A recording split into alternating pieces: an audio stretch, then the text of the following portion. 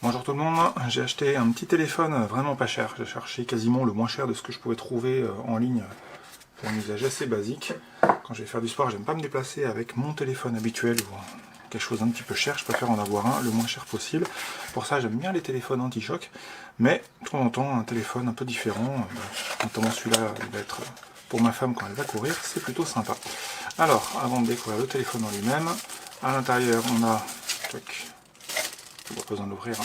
C'est les écouteurs, la recharge en USB micro et bien évidemment la prise électrique transfo pour recharger. Hop, je range tout ça, c'est indispensable. Ici on a le, allez, on va appeler ça le e-bidule, hein, comme chez la marque à la pomme, pour pouvoir ouvrir le clapet. Et ici, petit truc sympa, ils nous fournissent un film de protection souple et une coque en silicone. Tout simplement parce que je doute que ce modèle-là, on puisse trouver facilement des coques en silicone ou des coques, ou voire même des protections tout court, dans le premier supermarché qui vient à côté de chez vous. Alors, à quoi il ressemble? À quoi il ressemble un téléphone, hein. Concrètement, il s'appelle S9 Plus, c'est pas un Samsung, hein. La marque c'est V-Mobile. Il coûte pas cher, c'est à peu près la seule chose que j'attendais de lui. On va l'allumer et on va attendre ce qui va se passer. Alors, le temps qui démarre, on va laisser venir.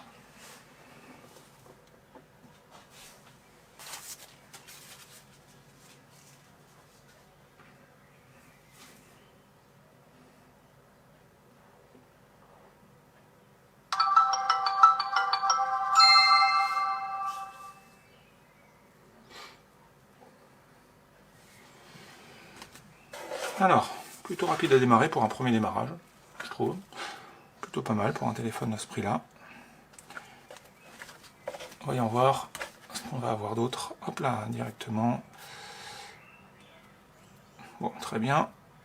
Ça c'est parfait. Hop. On retrouve les menus de base. Les quelques applications déjà installées. Avec un Face Lock. Le Face Lock qui va permettre de pouvoir justement faire le déblocage du téléphone avec la caméra directement, pas besoin de mettre un code. Bon, évidemment, c'est toujours mieux de mettre un code, hein, parce qu'un visage, on n'en a qu'un, et un code, on peut le changer à volonté. C'est comme les déblocages avec les empreintes, on en a 10. Un mot de passe de sécurité, on doit pouvoir le changer quand même plus régulièrement que 10 fois dans sa vie. Alors, au niveau de la photo, tiens, au niveau de la photo, j'aime bien regarder ce que c'est capable de faire comme téléphone. Je vais prendre en photo ce qu'il y a là-dedans.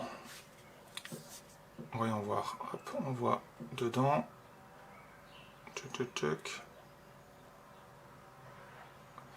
Il a pris la photo. Et franchement, pour un téléphone qui coûte pas 100 €, c'est pas dégueu.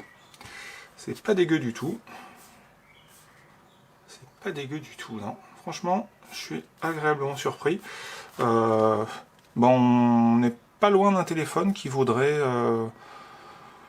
qui vaudrait dans une marque un peu connue, facilement dans les 170 à 200 € pour une marque coréenne très connue, qui commence par un S et qui finit par un G, par exemple.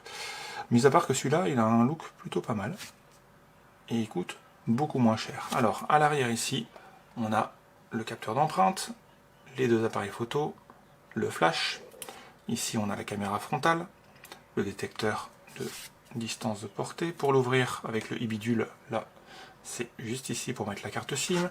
Et comme on peut voir ici, IMEI 1 et 2, on peut mettre deux cartes SIM à l'intérieur. Donc la pro et la perso, ou la perso et celle que vous voulez.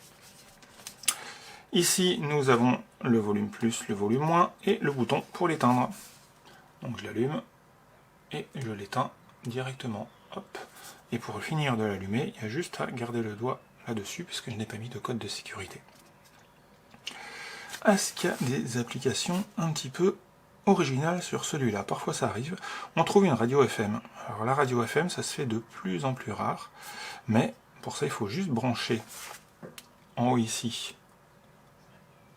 le câble de casque qui est fourni avec, ou n'importe quel autre casque, et qui fera l'antenne. Donc ici vous avez la prise pour le charger, micro USB, ici, et là vous avez la prise pour servir de radio et de casque. Plutôt sympa la radio, parce que finalement ça consomme pas de data, et sur un téléphone premier prix, si c'est pour le filer à un gamin qui a pas un gros forfait, il peut toujours écouter la radio, pour écouter son émission de radio préférée.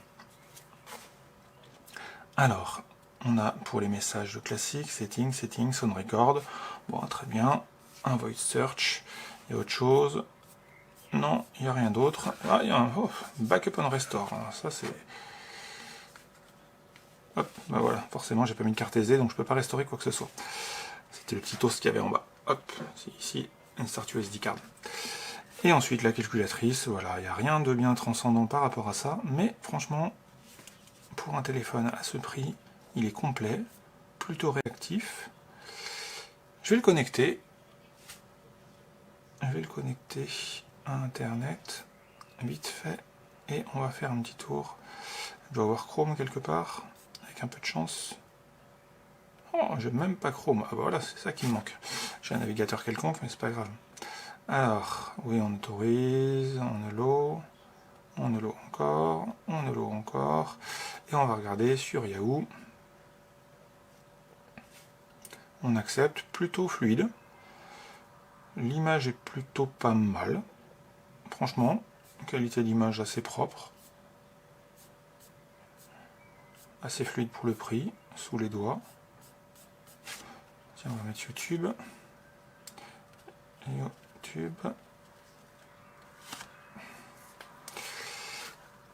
Et on va voir ce que ça donne sur la lecture vidéo, par exemple. Allez, une au pif.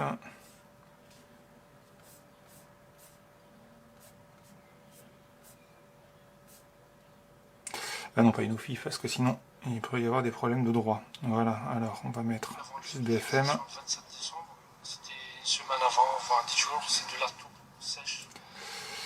Et en image, on va le mettre en plein écran. Image propre, bien nette. Pas de regret. Bon choix de téléphone pour le prix. Écoutez, celui-là il va très très vite finir effectivement dans mes usages au quotidien. Avec un autre téléphone en backup occasionnellement. Mais en tout cas, je vous le conseille. Il est très léger. C'est le plus surprenant en fait. Il est... J'aime pas regarder les caractéristiques de poids, les machins comme ça. Moi, je préfère le ressenti. Et j'ai l'impression d'avoir dans la main le poids d'un iPhone 5S d'il y a quelques années ou d'un Samsung S3. Vous voyez, j'ai l'impression d'avoir un téléphone d'il y a quelques années pour le poids, mais par contre pas pour la taille de l'écran ni pour la perf. La perf, on est voilà, sur un haut de gamme d'il y a 3 ans, on va pas se mentir. Mais par contre, on est largement sur du milieu de gamme qui se vend aujourd'hui plus du double. Voilà.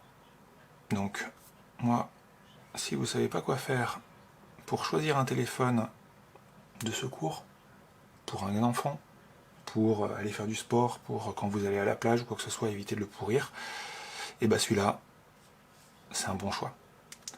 A bientôt tout le monde.